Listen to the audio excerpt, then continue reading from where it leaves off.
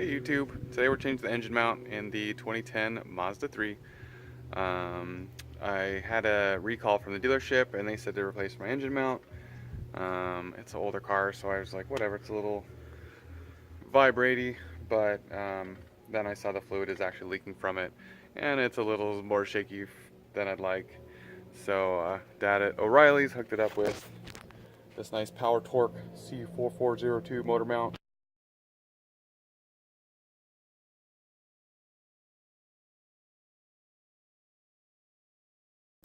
Actually, first things first, you're gonna want to chock your tires. You don't need to raise the car up any for it, but you do need to raise the engine so that it's supported while we replace the mounts. And what I did for that, I used a bath mat, you can see, just to be a little nicer to the air conditioner compressor, which is directly below, right down there. So you'll see, if you look through the fender well or underneath your car, you'll see a protruding, beautiful, I think it's probably aluminum, the compressor tank, I don't know. Be gentle with that, but it is a good support point. We're going to need 17mm and 18mm sockets. Before you get started, pop the hood so it starts to cool off. Put a little PB blaster, some sort of penetrant, on 1, 2, 3, 4 bolts. They are really hard. I tried with a socket and mallet, it wouldn't loosen up. So I got the big boy out, the breaker bar, and it came off really easy. So I'm taking these guys out now. And that was a 17 for those guys. I imagine those big guys are the 18s. And then we're gonna have to remove this temporarily while we do that. And there's tabs that I will go into detail as I get to that point. You can see them right there and there. A little help with the flathead because I have big old hands. So here's with the antifreeze reservoir removed. The only things holding it into place is this little clip and this fella right here. What I did to remove it is I just very professionally kind of jam this in here, kind of tweak that open. It doesn't really release. I don't know if it's definitely looks like something easy to manufacture and pop in there, and hope you never have to take it out. Be careful that there are 3 hoses attached. It does kind of bend out of the way using this. It's kind of a stay out of the way deal. And you can see better the bolts that we have to remove. 18mm, 17, make sure you use a deep socket, along with a breaker bar to remove it because it's on there factory tight. Actually, due to the awkward angle and that I don't have extension for my breaker bar, humongous socket head, I found that it's a little easier to route this guy on this side and it just kind of stays there. So anyways, got them all loosened up now. Now time to remove the bolts completely. Alright, so I have the, these are actually just nuts on there. These guys were big, long bolts. You can see them here, looks like they're self-threading fellers. There's the middle ones.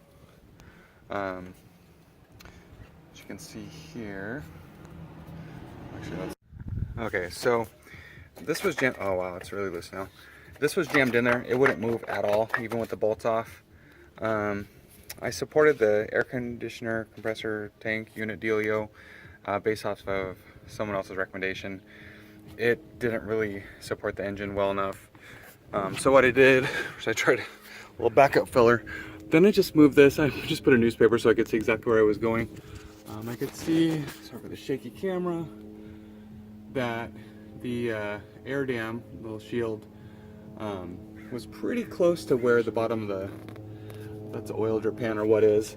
So I just put a newspaper there, just to kind of make sure there's no, sharp pieces of metal going through the plastic, going to the metal block or oil pan.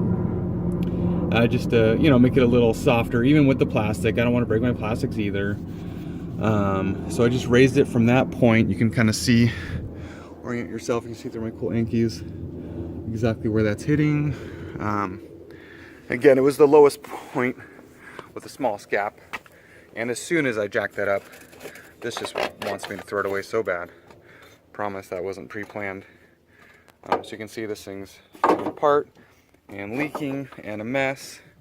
And here's our new beautiful one from Oreilly's. Thank you, Dad. And it goes right in place. And I'm hoping it goes together just as easy as the last one came out. So, on to the next clip. These large bolts gave me a little grief. I could tell there's a little grit in there. So I just took some brake parts cleaner. I sprayed the threads along with the holes, being careful not to have it leak on anything else. Get this old disgusting thing out of the way. Look at this thing, jeez. Anyways, I did notice that these weren't protruding all the way, even though it did on the other one.